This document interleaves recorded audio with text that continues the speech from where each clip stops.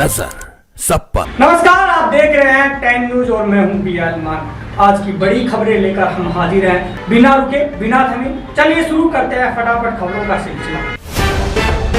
राष्ट्रपति द्रौपदी मुर्मू ने कहा, डिजिटल अरेस्ट नागरिकों के लिए सबसे खतरनाक खतरा बन रहा है। आईपीएस ट्रेनिंग अधिकारियों से मुलाकात के दौरान उन्होंने कहा कि पुलिस को जनता के डर का नहीं, भरोसे का प्रतीक बनना चाहिए। पीएम मोदी ने मलेशिया से वर्चुअल रूप से आसियान भारत शिखर सम्मेलन को संबोधित किया। कहा, 21वीं सदी भारत और आसियान की सदी है। दोनों 1/4 जनसंख्या का प्रतिनिधित्व करते हैं और साझा मूल्यों से जुड़े भारत ने आसियान सेंट्रलिटी को समर्थन दोहराया। रूस ने दुनिया की पहली न्यूक्लियर पावर क्रूज मिसाइल बुरेवस्तनिक के 9M739 का सफल परीक्षण किया। राष्ट्रपति पुतिन ने कहा कि इस मिसाइल की रेंज अनलिमिटेड है और कोई डिफेंस सिस्टम इसे रोक नहीं सकता। मिसाइल ने 15 घंटे में 14,000 किलोमीटर की दूरी तय की। अमेरिकी राष्ट्रपति डोनाल्ड ट्रंप 6 साल बाद जापान पहुंचे। वे पीएम ताकाइची के साथ निवेश और व्यापार पर बातचीत करेंगे। टोक्यो में सुरक्षा के कड़े इंतजाम किए गए हैं। 18,000 पुलिसकर्मी तैनात है और ट्रैफिक व एयर स्पेस को बंद कर दिया गया है। अमेरिका ने कहा कि पाकिस्तान से रिश्ते भारत की कीमत पर नहीं होंगे। विदेश मंत्री मार्को रूबियो ने कहा, भारत समझदार कूटनीतिक अपनाता है और जानता है कि हर देश को कई रिश्ते रखने पड़ते हैं। दोनों देशों की दोस्ती मजबूत बनी रहेगी।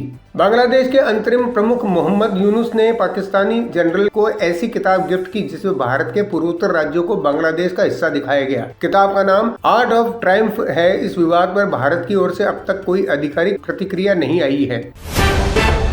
ऑस्ट्रेलियाई पीएम एंथनी अल्बनीज ने कहा, क्वाड की अगली बैठक अगले साल की पहली तिमाही में हो सकती है। भारत इसके मेजबान होंगे।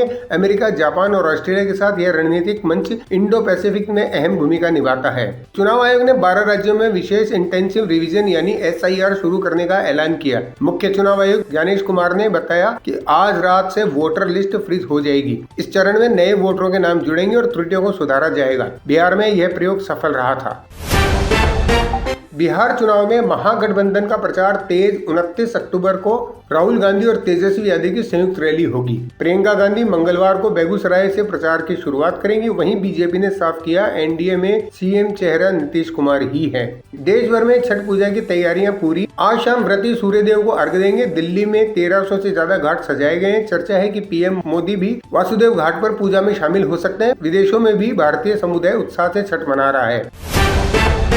जस्टिस सूर्यकांत देश के अगले चीफ जस्टिस बनेंगे। मौजूदा CJI BR गवई ने उनके नाम की सिफारिश की है। सूर्यकांत 24 नवंबर को शपथ लेंगे और उनका कार्यकाल लगभग 14 महीने का होगा। वे 9 फरवरी 2027 को रिटायर होंगे। तमिल अभिनेता विजय ने करूर भगदड़ हादसे के पीड़ित परिवारों से मुलाकात की। 37 परिवार महाबलीपुरम में रिसोर्ट में पहुंचे। वहीं मद्रास हाईकोर्ट ने राज्य सरकार को 10 दिन में भीड़ नियंत्रण के लिए SOP बनाने का आदेश दिया है।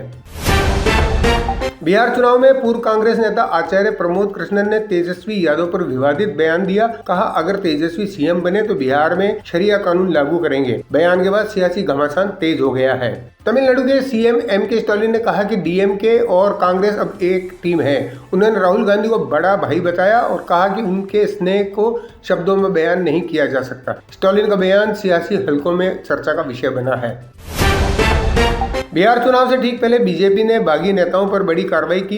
कहलगांव के विधायक पवन यादव समेत 6 नेताओं को पार्टी विरोधी गतिविधियों के आरोप में निष्कासित किया गया है। सभी को प्राथमिक सदस्यता से भी निलंबित कर दिया गया है। दिल्ली के गांधी विहार में UPSC स्टूडेंट रामकेश मीणा की हत्या उसके लिव इन पार्टनर ने की थी। आरोपी अमृता चौहान और उसके 2 साथियों ने तेल घी डालकर शव जलाया। हत्या की वजह अश्लील वीडियो न डिलीट करना बताई जा रही है।